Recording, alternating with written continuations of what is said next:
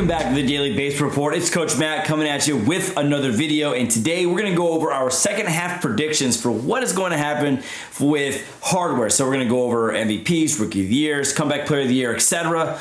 And then we're going to go over what's going to happen in every division. I made this into two videos in an early part at the beginning of the year. I think it was right around the very first day of baseball. So I'm going to update that because obviously half a season has gone by. We can make a secondary opinion on what is going to happen in the future. And boy, my first choices were bad. They were bad, and I'll be the first to admit they were really bad. So if you've never been here before, this is a Daily Base Report where we go over all the things baseball. We cover the games that happen every day. We have predictions on what's going to happen in our awards. We have the power ranking reactions, and of course we do stadium tours. I have one more stadium I'm going to hit this year. It's going to be the New York Mets. We're going in August. I'm super excited. That'll be my final tour for the season, unless something crazy happens and I decide to go to another game. But that's the only game that we have planned for the remainder of this year. So, without further ado, I will start off by saying my first award predictions were terrible.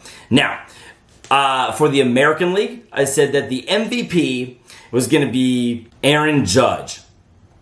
I was wrong. He will not win the MVP this year.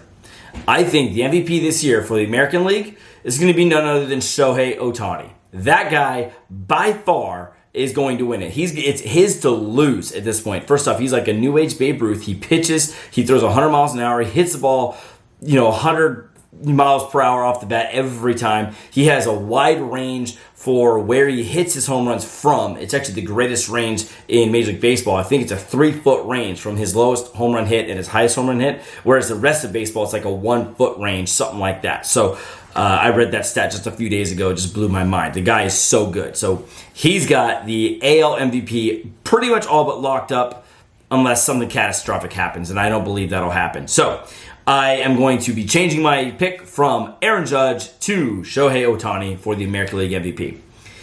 Going over to the National League MVP, I picked Corey Seager, and that guy has had an injury-beleaguered career, and the injury bug got him again. Not his fault, though. We had a pitcher hit him in the hand and broke his hand, so that really wasn't his fault. But that being said, the MVP for the National League is going to be none other than the San Diego Padres' Fernando Tatis Jr. That guy is incredibly good.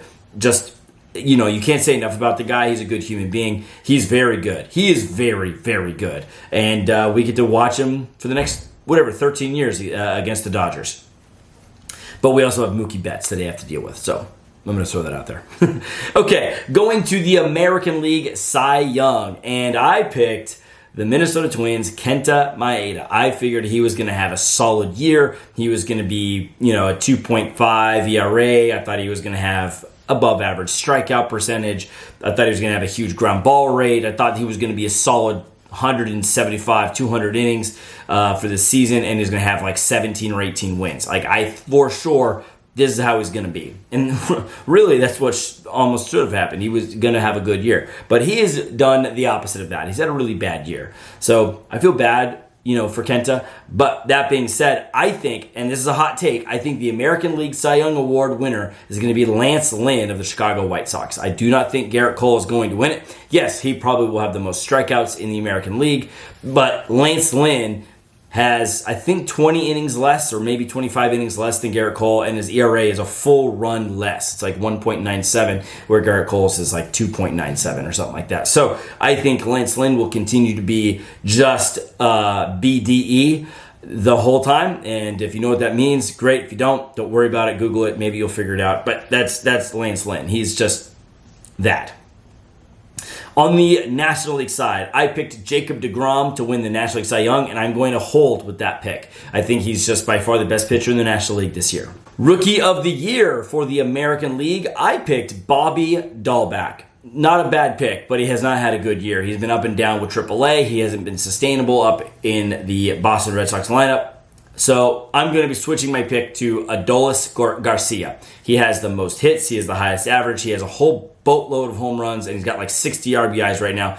The guy's just great. I think he's got it locked up unless, for whatever reason, something happens. The National League, I picked Ke'Bryan Hayes, and he might have won it this year if he didn't get hurt. He hurt his wrist. I think it was like the second game of the year.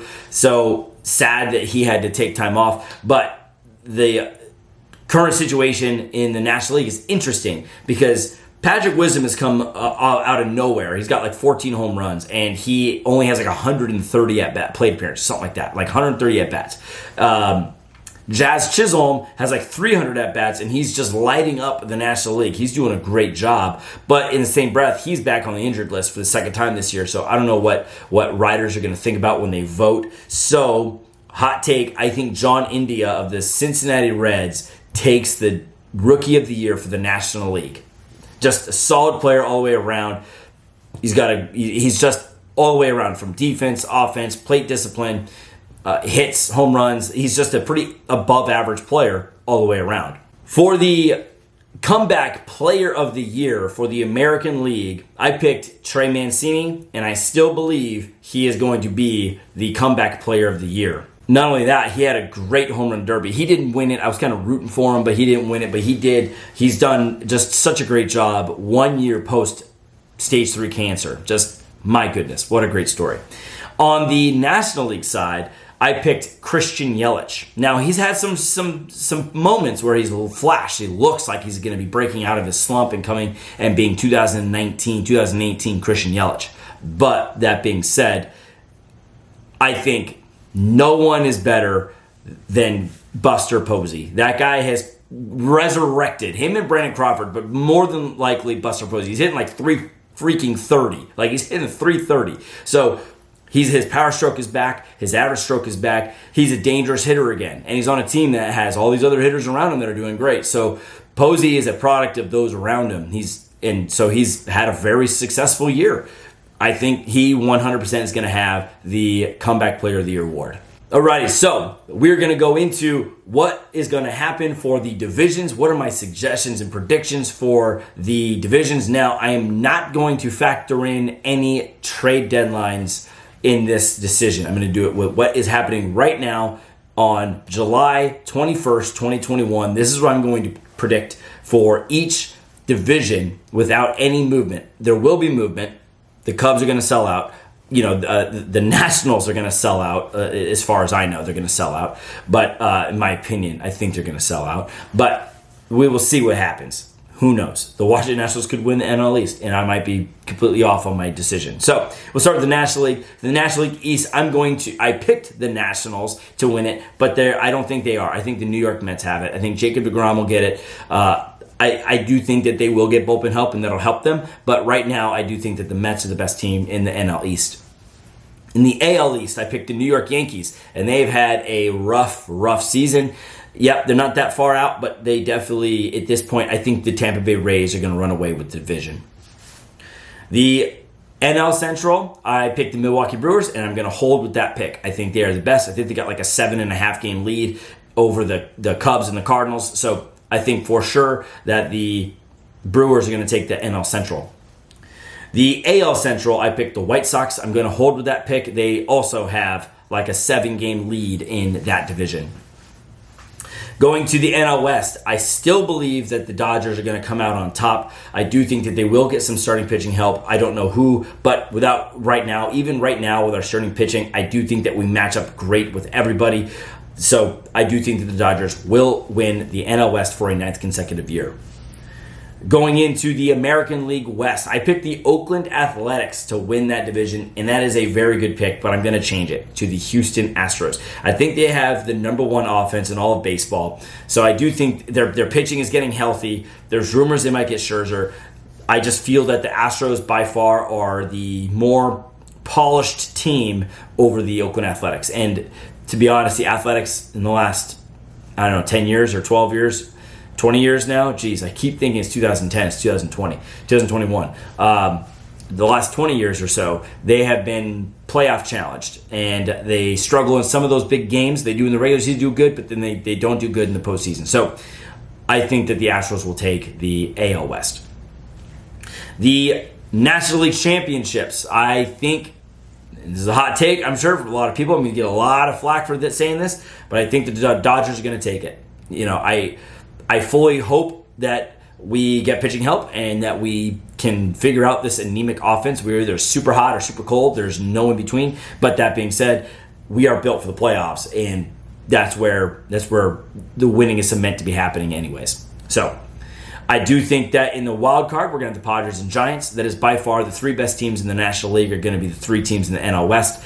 I do think that the Giants are actually going to beat the Padres in the wild card, and then the Dodgers and Giants will have a playoff meeting, and that will be so much fun to watch. It'll be so exciting. I think it'll go 7 games, but I do think the Dodgers will come out on top, and it'll be a great postseason. So on the American League side, I think that the Astros will win the AL championship. And for the wild card, I picked the Twins and the Blue Jays. That is not the case. I think it's going to be the A's and the Red Sox. And the Red Sox are going to win. The Red Sox are going to lose to the Rays. The Rays are going to lose to the Astros, and the Astros will be the AL champs. So that's how I feel it's going to go there. It'll be a repeat of the 2017 World Series, the Houston Astros versus the Los Angeles Dodgers. I do think this series would be a lot of fun to watch. I do think it'll go about 5-6 games, and I think the Dodgers will win. So I'm going to hold with my same championship team is going to be the Los Angeles Dodgers, and they will repeat for the first time since 1998 and 1999 New York Yankees. That is my prediction. Comment below on what you think and justify it because I have not talked about what team and what trade they're going to make and how this can impact the postseason right now. This is what I think currently right now with the team you currently have. The Dodgers will receive Corey Seager back. They will get Clayton Kershaw back. They will be healthy by the postseason, and I do think that they will take the division.